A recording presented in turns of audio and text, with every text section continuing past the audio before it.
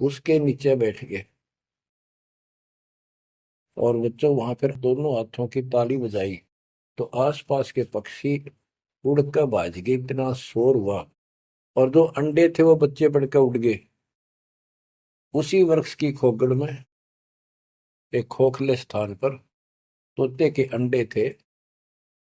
वो जो अंडे थे उस स्वस्थ अंडे तो बच्चे बढ़कर उड़ गए।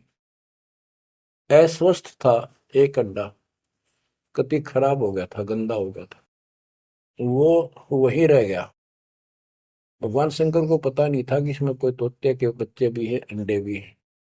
उनको मालूम था कि अंडे भी होंगे तो बच्चे बनकर जा चुके होंगे। अब बच्चों, बहुत सी कहानी इस एक ही कथा से आपको समझ में आएगी। जैसे ये क्या करते हैं, भक्ति ना करके मृत्यु के प्राप्त हो जाते हैं, फिर क्या करते हैं, अस्थियों को उठाते हैं, जड़ी हुई हड्डियों को, उनको उठाकर गंगा में बहा के आते हैं।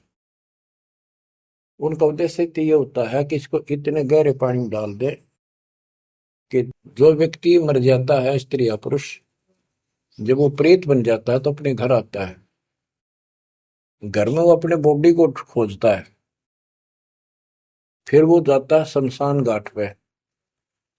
उसको एहसास होता है कि ये ताजा ताजा जो फूके गए हैं ये तेरी हड्डी है। उन हड्डियों को अपनी मान कर उनके चिपक जाता है भूत। और फिर कभी घर और कभी उन हड्डियों के पास वहां चक्कर काटता रहता है और परिवार वालों को तंग करता है। तो क्या कर, इसीलिए उसको उन हड्डियों समेत उठाकर उसने इसी जगह डालते हैं, उसको भेदा नहीं लगता और वो भटक भटक के चला जाता है। तो बच्चों, अब हमने न तो ये क्रिया करनी क्योंकि हम भूत बनाए को नहीं, हमारी सच्ची भक्ति है और उससे कोई समाधान नहीं हो जाता। तो इसी प्रकार जो दास बताना चाहता है कि मरने के बाद भी उन हड्डियों को भी वो जीव अपना मान रहा था कि मेरी है, उनके चिपक जाता है। इसी प्रकार जो गंदा अंडा हो गया था, वो आत्मा उसका चिपकी हुई थी कि मेरा है। हालांकि वो कति खत्म हो चुका था, कुछ दिनों में उसकी वो सूख जाता, खत्म हो जाता, फिर वो उसको छोड़कर चलती। तो वो आत्मा उसके साथ चिपकी हुई थी। उधर से पार्वती जी को कथा सुनाना शुरू कर दिया, अमर कथा सुनाई।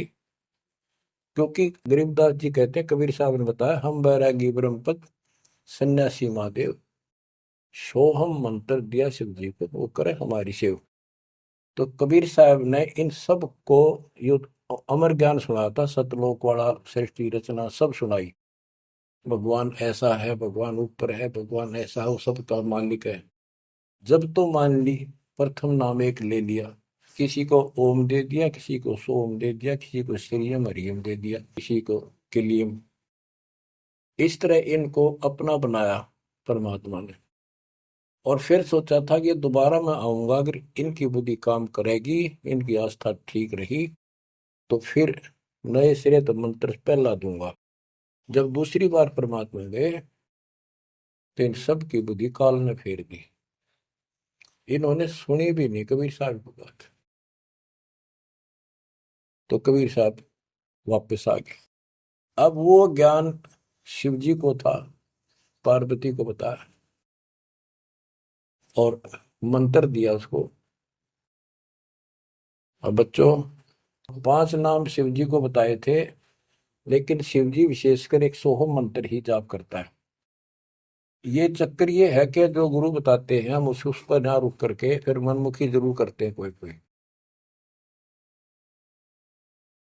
और परमात्मा जी ने, कबीर साहब ने शिव जी को सब कमलों का भेद बताया था। ये योगी था, इससे तो एक कमल भी नहीं सुलझा था, एक भी, और अभी तक नहीं सुलझा है, लेकिन ज्ञान सारा बता दिया था। तो पार्वती को सुनाया जा रहा था ज्ञान, पार्वती यश करती जा रही थी, देखो ये मूल कमल है, आगे चलो स्वाद चक्र है, फिर नाभि कमल है, अर्धा कमल है, उसमें ऐसे ऐसे देवता हैं, कंठ कमल में ऐसा है, त्रिकुटी कमल तक पहुंचा दिया बस। पार्वती जी ध्यान मग्न होगी, उसको नींद आ गई, बोलना बंद कर दिया। उधर से वो पक्षी इस कथा को सुनने से वो अंडा स्वस्थ हो गया तोते का और ओंकार्य बुलंद आ गया। शिवजी ने देखा आवाज और तरह की आई, पार्वती तो सो रही है, लटके ले रही है बैठी बैठी, आवाज कहाँ से आई? उसने देखा एक पक्षी उस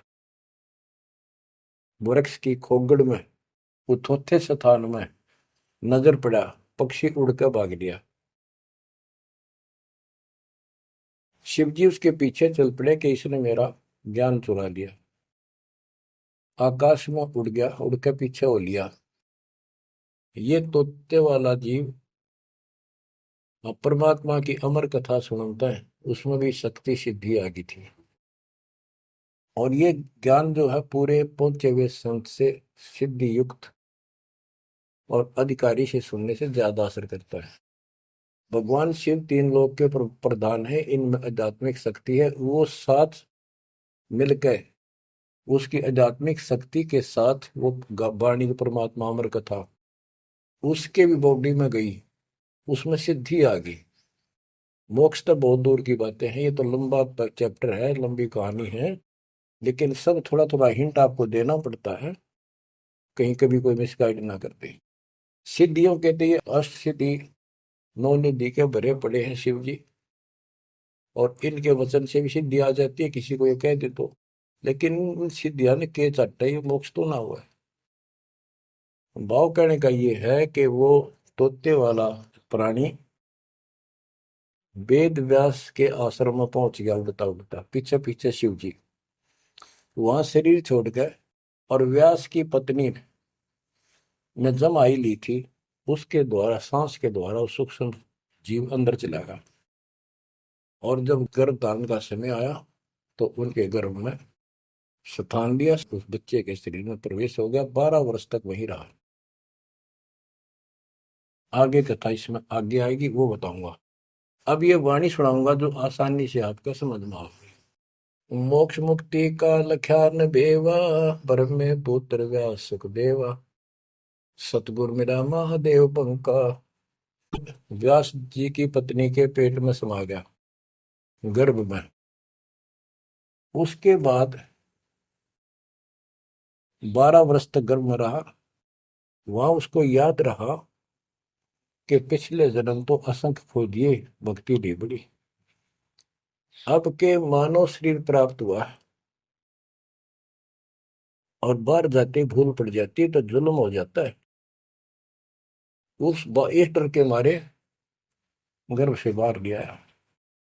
12 वर्ष बीत गए, ब्रह्मा विष्णु महेश को टेंशन हुई, ये तीनों आ गए। इन्होंने कहा कि सुखदेव बाहर आओ, 12 वर्ष तक गर्भ में ठीक नहीं, हमारी मर्यादा खत्म होती है। 9 महीने भी माताएं गर्भ में बच्चा रखती है, बहुत परेशान हो जाती है, और 12-12 वर्ष रक्षा करेंगी, ये गलत परंपरा डलती है, आप ऐसा ना करो, बाहर आओ।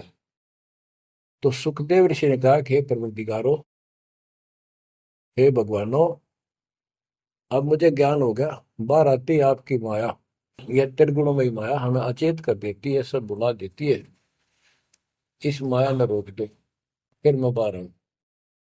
इन्होंने कहा भाई ज्यादा हम भी नहीं रोक सकते, ये हमारे से भी बहुत ज्यादा प्रबल है, हमारे बस की बात नहीं है, बस कुछ सेकंड के लिए रोक सकते हैं। तब उसने कहा जी कुछ सेकंड के लिए रोक दो। तो कुछ क्षण के लिए रोकी, इतना में सुखदेव बाहर आया। तो उसको भक्ति की प्रेरणा बनी रही, भगवान की याद रही।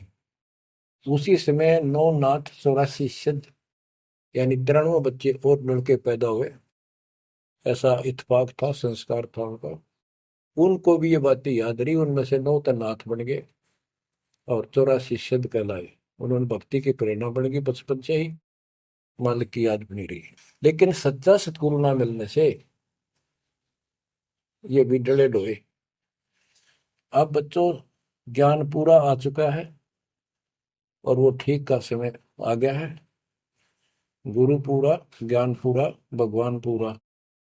तो अब जो ये वाणी चले हैं और दास के मुख से चला करेंगी, ये कत्युत मस्तार देंगी, काल के पता नहीं कितने जुगाड़ को तोड़ेंगी। कितने जीवों का उद्धार बनेगा। मनुष्य का तो कहना ही क्या, डांगर डोर पशु पक्षी कीड़े मकोड़ों को भी सहारा मिलेगा इसका। ये इन पुराणों से कथा है और ये आपके सामने सच्चाई इस तरह है। अब तो सुखदेव ऋषि जब बाहर आया, उड़ कर चल पड़ा वहां से। पिता ने कहा बेटा, व्यास जी ने कहा पुत्र, एक बार शकल दिखा दे। 12 वर्ष इंतजार की, पुत्र होगा। तब उसने कहा एक देवा दूतम, कोई किसी का पिता नहीं पूछतम। पिताजी पता नहीं कितनी बार तू मेरा पिता बन लिया, पता ना कितनी बार मैं तेरा पिता बन लिया। अब मुझे समझ में आ गई है, मैं आपकी तरफ देखूं नहीं, मेरा मोह बन जाएगा। ये छूत की बीमारी है, ये मोह। ये विस्तार से फिर कभी बताएंगे।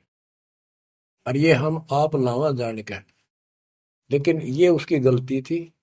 ज्ञान ना होने से इसने इतना ही समझ थी तो वो उस समय गलती कर गया। चलो जो भी इसकी सोच थी, उस आधार से ये वहां से चल पड़ा। पिता पीछे पीछे मोह में दूर तक गया, वहां से आकाश में उड़ गया, अंतर्ध्यान हो गया। आगे जाके फिर प्रकट हो गया। अपनी और नाल जो बच्चे की नाभि से, माँ की नाभि से चिपकी होती है, वह गेल बाहर आके टूट गई, टूट कर बाहर आ गई। वो बाद में काटा करते हुए बिना कटवाई कंधे पर घेर कर उठ गया, आगे काटूंगा। अब आकाश में उड़न की सिद्धि उसमें उस मंत्र से आ गई, वो अमर कथा से। अमर कथा में शिव जी ने पूर्ण परमात्मा की महिमा बताई, जो कबीर साहब ने उसको सुना रखी थी। इसमें काफी प्रकरण है, अब इतना समय नहीं जो मैं वो सारी बताऊंगा आपको। कभी परमात्मा ने दया की बड़ी जेल में, फिर उनको विस्तार से समझाया करेंगे। तो कहने का भाव ये है कि सुखदेव ऋषि को अभिमान हो गया कि मैं बहुत बड़ा सिद्ध पुरुष हूं, आकाश में उड़ जाता हूं। तो बच्चों, स्वर्ग में जाने लग गया। और स्वर्ग के देवता, ऋषि महर्षि सब उसको, उसकी जो है ना पूरी वो करें, सम्मान करें, उसकी आरती तारे कि बड़ा धन भाग है तेरे, बड़ी सिद्धि प्राप्त कर ली। इन इतना पता सिद्धि आएगा, और जन्म से ही छोटी उम्र में आपको इतना कुछ प्राप्त हो गया, आप तो बड़े पहुंचे हुए हो। तो सब उसकी खूब अच्छी तरह प्यार रखे, महिमा गाओ। एक दिन उसको, उसने स्वर्ग में जाने की इच्छा व्यक्त की विष्णु जी के लोक में। वहां उसको इसलिए नहीं जाने दिया कि उसका गुरु नहीं था। विष्णु जी तक बात कही। विष्णु जी ने पूछा कि हे ऋषि जी, आपने गुरु नहीं बना रखा? अगर नहीं, गुरु की क्या आवश्यकता है महाराज, ये गुरु बना रहे वो नहीं आ पाए और मैं बिना गुरु के आ गया। विष्णु भगवान बोले ठीक है, वो अलग बात है, या वही रह सकता है जो पहले गुरु बनाओ। फिर एक बीमारी और अहंकार के, मेरे बराबर पृथ्वी पर कोई गुरु नहीं, मैं बाल ब्रह्मचारी, वहां कोई ऐसा संत नहीं, मैं बनाऊं गुरु किसको? विष्णु जी ने कहा कि राजा जनक मेरे परम भक्त है, आप उनसे दीक्षा लो। यूं कह के विष्णु जी चले गए, उसको बाहर निकाल दिया पार्षदों ने। वो स्वर्ग में आए, वहां सारी कथा बताई। फिर अन्य स्वर्ग को